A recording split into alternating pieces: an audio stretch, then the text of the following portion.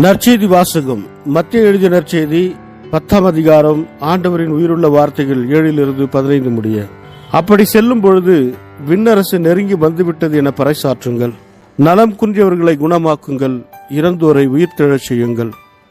தொழுநோயாளரை நலமாக்குங்கள். பேய்களை ஓட்டுங்கள். கொடையாக பெற்றீர்கள், கொடையாகவே வழங்குங்கள். பொன், வெள்ளி, செப்பு காசு எதையும் உங்கள் இடைக்கச்சைகளில் வைத்துக் கொள்ள வேண்டாம். பயணத்திற்காக பையோ, 2 அங்கிகளோ, மிதியடிகளோ, கைத்தடியோ எடுத்துக்கொண்டு போக வேண்டாம். ஏனெனில் வேலையால் தம் உணவுக்கு உரிமை உடையவரே. நீங்கள் எந்த நகருக்கோ ஊருக்கோ சென்றாலும் அங்கே உங்களை ஏற்க தகுதியுடையவர்கள் யார் என கேட்டு அறியுங்கள். அங்கிருந்து புறப்படும் வரை அவரோடு தங்கியிருங்கள். அந்த வீட்டுக்குள் செல்லும் பொழுதே வீட்டாருக்கு வாழ்த்து கூறுங்கள். வீட்டார் தகுதியுள்ளவராயிருந்தால் நீங்கள் வாழ்த்தி கூறிய அமைதி அவர்கள் மேல் தங்கட்டும். அவர்கள் தகுதியற்றவர்களாயிருந்தால் அது உங்களிடமே திரும்பி வரட்டும். உங்களை எவராவது ஏற்றுக்கொள்ளாமலோ நீங்கள் அறிவித்தவற்றுக்கு செவி சாய்க்காமலோ இருந்தால் அவரது வீட்டை அல்லது நகரை விட்டு வெளியேறும் பொழுது உங்கள் கால்களில் படிந்துள்ள தூசியை உதறிவிடுங்கள். தீர்ப்பு நாளில் சோதோம் கொமோரா பகுதிகளுக்கு கிடைக்கும் தண்டனையை விட அந்நகருக்கு கிடைக்கும் தண்டனை கடினமாகவே இருக்கும் என நான் உறுதியாக உங்களுக்கு சொல்லுகிறேன். இது வாழ்வு தரும் கிறிஸ்துவின் நற்செய்தி. கிறிஸ்துவே உமக்கு புகழ். ಮತ್ತಾಯ ಅಧ್ಯಾಯ 10 ವಚನ 7-15 ಪರಲೋಕ ರಾಜ್ಯವು ಬೇಗನೆ ಬರುತ್ತದೆ ಎಂದು ಬೋಧಿಸಿ ರೋಗಿಗಳನ್ನು ವಾಸಿ ಮಾಡಿರಿ, ಸತ್ತವರನ್ನು ಬದುಕಿಸಿರಿ, ಕುಷ್ಠರೋಗಿಗಳನ್ನು ವಾಸಿ ಮಾಡಿರಿ, ಜನರನ್ನು ದೆವ್ವಗಳಿಂದ ಬಿಡಿಸಿರಿ. ನಾನು ನಿಮಗೆ ಈ ಅಧಿಕಾರಗಳನ್ನು ಉಚಿತವಾಗಿ ಕೊಡುತ್ತೇನೆ. ಆದ್ದರಿಂದ ಬೇರೆಯವರಿಗೆ ಉಚಿತವಾಗಿ ಸಹಾಯ ಮಾಡಿ. ನಿಮ್ಮೊಂದಿಗೆ ಹಣವನ್ನಾಗಲಿ ತ್ರಾಮ, ಬೆಳ್ಳಿ, ಬಂಗಾರಗಳನ್ನಾಗಲಿ ತೆಗೆದುಕೊಂಡು ಹೋಗಬೇಡಿ. ಚೀಲವನ್ನಾಗಲಿ ಹೆಚ್ಚಿನ ಬಟ್ಟೆಗಳನ್ನಾಗಲಿ ಪಾದರಕ್ಷೆಗಳನ್ನಾಗಲಿ ಊರುಗೋಲುಗಳನ್ನಾಗಲಿ ತೆಗೆದುಕೊಂಡು ಹೋಗಬೇಡಿ. ಕೆಲಸಗಾರನಿಗೆ ಅಗತ್ಯವಾದುಗಳನ್ನು ಒದಗಿಸಲಾಗುವುದು.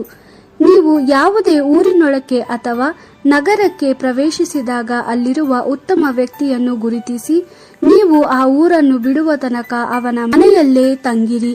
ಆ ಮನೆಗೆ ನೀವು ಪ್ರವೇಶಿಸಿದಾಗ ನಿಮಗೆ ಶುಭವಾಗಲಿ ಎಂದು ಹೇಳಿರಿ.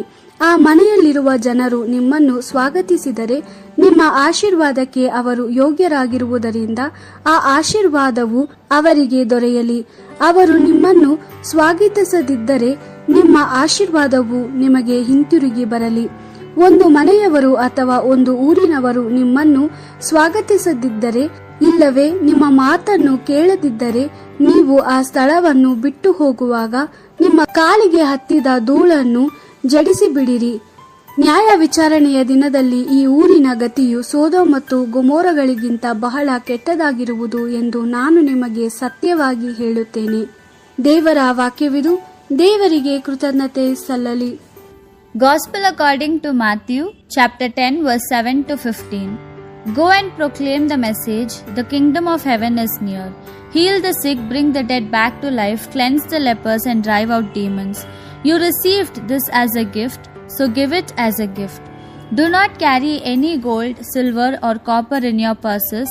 Do not carry a traveler's bag or a spare tunic or sandals or staff, for a worker deserves his living. When you come to a town or a village, look for someone who is willing and stay with him until you leave. As you enter the house, say, "Peace to this house." If the people in the house deserve it, your peace will be on them. If they do not deserve it, let your peace come back to you. And if some house or town will not accept you or listen to your words, leave that house and that town and shake the dust off your feet.